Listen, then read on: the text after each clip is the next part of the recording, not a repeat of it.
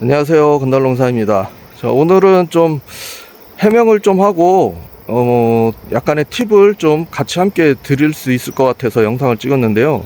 해명할 게 뭐냐면, 제가 침수 영상을 올리고 귀농자금을 받아서 파산하게 생겼다고 영상 올렸더니, 귀농자금을 받았으니까 당연히 농사의 농자도 모르는 바보구나 라고 생각을 하고서 댓글을 다시는 분들이 꽤 있으신 것 같아요. 네, 뭐 충분히 그렇게 생각할 수 있고, 그리고 제가 그 토지가 앞에서 영상을 찍었을 때는 제 토지가 되게 낮아 보였잖아요. 그러니까 너무 낮은 토지에 하우스를 져서 침수 피해를 입는 거다, 뭐 이렇게 얘기를 하시는데, 저도 처음에는 그렇게 생각했어요. 왜냐면 비가 30mm 이상만 내리면 물이 조금씩 이렇게 넘쳤거든요. 근데 뭐 작물에 피해를 입을 정도는 아니었는데 그래도 계속 넘쳤어요. 근데 그 부분을 원인을 찾아가지고 해결을 했고, 어떻게 해결했는지 그 팁을 드릴 건데, 이거는 아마 저하고 비슷한 상황이 계신 분들은 유용한 정보가 되지 않을까 생각됩니다. 그래서 우선 좀 설명을 먼저 드리자면, 자, 여기가 지금 제 뒤에 있는 토지예요. 제 토지가 되게 낮아 보이는데 실제로는 이 뒤에 있는 토지보다 훨씬 더 높아요. 지금 제가 이제 풀을 좀 쌓아 놓긴 했는데, 여기가 요 부분이 바닥인데 여기서 보면 훨씬 더 높아요. 여기가 뒤에 있는 토지보다. 이제 제 토지도 성토가 약간 돼 있는데, 자, 양쪽에 있는 토지가 워낙에 높게 성토를 하다 보니까 제 토지가 상대적으로 되게 낮아 보이는 거예요. 그래서 좀 오해를 하시는 분들이 많은데, 아무것도 모르는 상태에서 좀 그렇게 보시는 분들은 그 말이 맞아요. 원래는 이제 하우스 같은 거 지려면 성토를 해서 토지가 너무 낮은 토지는 올려주고 해야 되는 게 맞는 건데, 침수 영상을 이제 제가 올리면서 분명히 가슴까지 물이 찼고, 거의 한 70년 이상, 7, 80년 만에 거의 한 100년 가까이 되죠. 기록적인 폭우가 내렸다고 영상에 분명히 얘기를 했는데도 불구하고, 영상을 제대로 봤으면 이런 얘기를 안 할 텐데 라는 생각이 드는 댓글들이 상당히 많았어요. 그래서 본의 아니게 또 이렇게 해명 영상을 했고, 제가 침수가 될 때 지금, 자, 이 뒤에서 앞으로 이렇게 밀려 나왔거든요. 제 앞쪽으로, 토지 앞쪽으로 밀려 나왔어요. 물이 앞쪽에 있는 배수로에서 넘치지 않았고, 그리고 제 옆에 있는, 자, 이쪽에 있는 토지가, 이쪽 지금 요 하우스의 토지주가 이 배수로를 관리를 안 해서 이게 무너져 버렸어요. 그러다 보니까 여기가, 이쪽 뒤편이 배수가 더 잘 안 됐던 거고. 자, 그래서 일단은 앞쪽은 안 넘치고 뒤쪽에서 넘쳐서 왔는데, 왜 뒤쪽에서 넘쳐 왔는지, 그리고 제가 어떻게 해서 배수 문제를 해결을 했는지 잠깐 장소를 옮겨서 다시 설명을 드리겠습니다. 자, 장소를 옮겼는데요, 제가 그 배수로 쪽에 물이 찰 때 제 주변에 있는 모든 곳을 전부 다 돌아봤어요.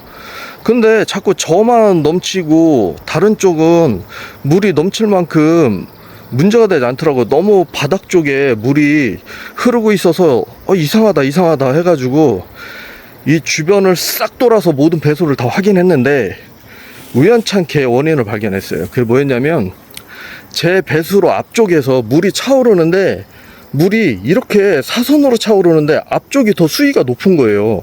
그래서 뒤로 점점 이렇게 물이 차오르더라고요. 그래서 이게 물이 나가지를 못하는구나 하고 와서 봤는데, 자, 이게 제 배수로 앞쪽에 있는 조그만 하천이에요. 요만한 거. 그리고 저 앞쪽으로 보면, 자, 저 앞쪽에 하천이 하나 또 있어요. 자, 여기 보이시죠? 저 구멍으로 나가서 큰 하천이 하나 또 있어요.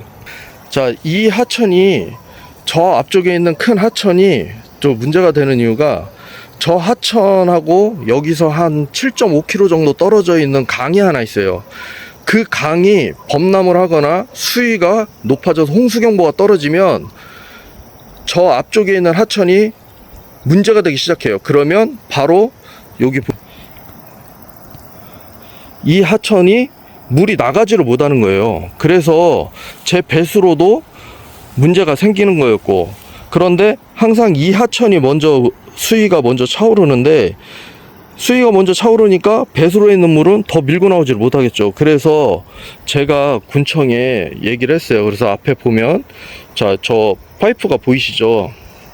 자, 이 파이프를 매설을 했는데 어떻게 매설을 한 거냐면, 저쪽에서 물이 나오는 구멍이 있어요. 거기서 같은 방향으로 구배를 잡아서 이렇게 틀어버렸어요. 하천하고 똑같이 흐르게.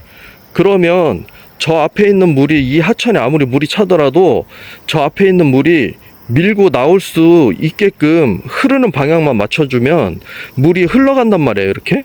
그래서 비가 오더라도 큰 문제가 안 생기는 거예요. 자, 그래서 제가 이 방법을 해가지고 엄청나게 효과를 봤어요. 그래서 처음에는 땅을 정말 잘못 사고 내가 성토를 할 걸 괜히 안 했네 하고 후회를 했는데, 이걸 하고 나서는 그 생각이 싹 사라졌어요. 안 해도 되네?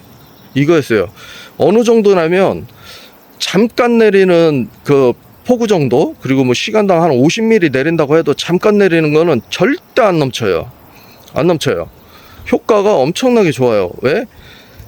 바로 이 앞에 있는 하천이, 이 배관이 나온 하천이 아무리 물이 차오른다고 해도 저 앞쪽에서 이 하천과 만나는 이 큰 하천이 밀고 나가지 못하는 상황이 발생되기 전까지는 절대 문제가 되지 않아요. 그래서 야, 이거 효과가 정말 좋구나 하고 있는데, 그때 침수가 당할 때도 처음에 새벽 2시까지는 전혀 문제가 안 됐어요. 야, 이거 절대 안 넘치네, 너무 좋은데? 이러고 있다가 새벽 4시가 넘어서 조금 이상해지더라고요. 그래서 나와서 보니까 이미 물이 차 있었는데, 그때 물이 찰 때 어떻게 됐냐면 앞에 있는 배수로에서 넘치는 게 아니라 뒤에서 밀려 들어왔어요. 왜 그러냐, 뒤에 있는 배수로는 저 앞쪽으로 해서 이 앞으로 이렇게 나가거든요. 근데 저기는 지금 이것처럼 안 만들어 놨어요. 제가 그 생각을 못 했는데, 왜냐면 저는 앞쪽만 넘치니까, 뒤쪽은 저보다 토지가 항상 고가 낮으니까 저는 사실은 큰 문제가 안 됐거든요. 그래가지고 저거를 안 해놔서 이게 원인이었구나 이 생각이 들더라고요.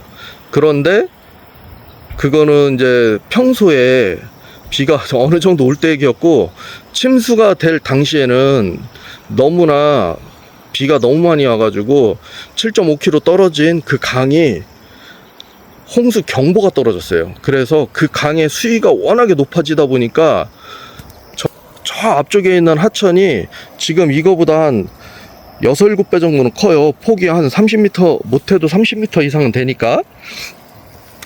그 하천이 수위가 너무 많이 올라가지고 일부가, 저 앞쪽에 길이 일부가 넘쳤어요. 사실은 넘쳐가지고 이제 비가 너무 많이 와가지고 넘치다 보니까 어쩔 수 없이 이제 제 토지까지 범람을 하는 사태가 발생을 했어요. 그래서 그 주변에 혹시 저하고 비슷한 여건이 돼 있는 그런 토지들이 자꾸 물이 넘친다 하면 저 같은 방법으로 민원을 넣어보세요. 민원을 넣어서 이제 군에서, 지자체에서 이걸 해주면 효과가 굉장히 좋아요. 정말 야, 이게 이런 효과를 발휘해? 그 생각이 들 정도로 효과가 너무 좋아요. 그래서 웬만한 비는 걱정 안 하셔도 될 정도로, 그 정도로 효과가 좋으니까, 저하고 같은 비슷한 상황에 계신 분들은 지자체 민원을 넣어서 같은 방법으로 한번 해보시길 바랍니다. 그리고 이제 또 하나 팁을 드리자면, 농사의 농자도 모를 거라 생각하셨던 분들에게 좀 전하는 얘기인데, 귀농자금을 저는 받았어요. 3억을 받았는데, 제가 주소를 잠깐 이렇게 외지로 옮겼던 적이 잠깐 있어요. 뭐 1년 이내에 잠깐 한 2번 정도 옮겼었는데, 그리고 그 외에는 저는 지금까지 태어나서 한 번도 주소지를 옮겨본 적이 없어요. 그 2번 잠깐 옮긴 거 빼고는. 그래서 제 주민등록증 일부러 공개를 할 건데, 제 주민등록증 발급일이 2010년도입니다. 자, 2010년도. 그런데 저는 귀농자금 3억을 받았어요. 자, 눈치채셨나요? 눈치채신 분들은 이 제도를 조금 잘 알고 계시는 분들이에요. 자, 결론은 뭐냐면 어떻게 받았지? 말이 안 되는데? 이 생각을 하셨어야 돼요. 이 생각을 하셨으면 그래도 제도를 잘 알고 계시는 분들. 왜냐하면 시골에서 계속 있었기 때문에 귀농자금을 받는다는 게 말이 안 돼요. 근데 저는 받았어요. 비리를 저지른 것도 아니고 합법적으로 규정대로 절차에 의해서 받았습니다. 왜 받았는지 궁금하죠? 안 가르쳐 줘요. 자, 이거는 제가 나중에 조만간 귀농 준비하시는 분들이 좀 해야 될 게 있는데 그거를 좀 많이 안 해보세요. 그래서 그걸 하다 보면 내가 뭘 준비를 더 해야 되고 뭐가 부족한지 눈치를 챌 수 있는데 안 해보시는 분들이 계시고 너무 코앞에서 그걸 해보시는 분들이 계셔요. 그래서 제가 그거를 영상을 따로 한번 찍을 거예요. 찍으면서 그때 설명을 드리도록 하겠습니다. 눈치채신 분들은 정답 한번 적어보세요. 제가 나중에 제일 먼저 한 영상 올라가고 24시간 이내에 답을 찾으신 분께는 기억해뒀다가 나중에 아주 조그만 선물이라도 하나 드리겠습니다. 자, 오늘도 좀 해명이 될지는 모르겠지만 생각보다 제 토지가 낫지 않다. 그리고 귀농자금을 받았다고 해서 농사의 농자도 모르는 건 아니다.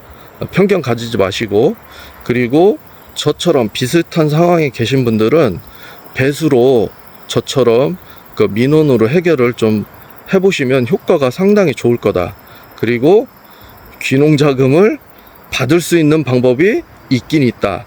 근데 저거 이게 궁금해 하실 텐데, 귀농자금이 이제 주소를 옮기지 않고도 받을 수 있는 여건은 극히 일부예요. 일부 조건이 몇 가지 맞아야 돼요. 아무나 다 그렇게 되는 건 아니고, 그렇다고 뭐 제가 특별해서 그렇게 되는 건 아니니까요.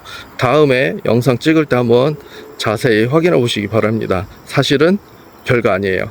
자, 오늘도 좋은 정보가 되길 바라면서 감사합니다.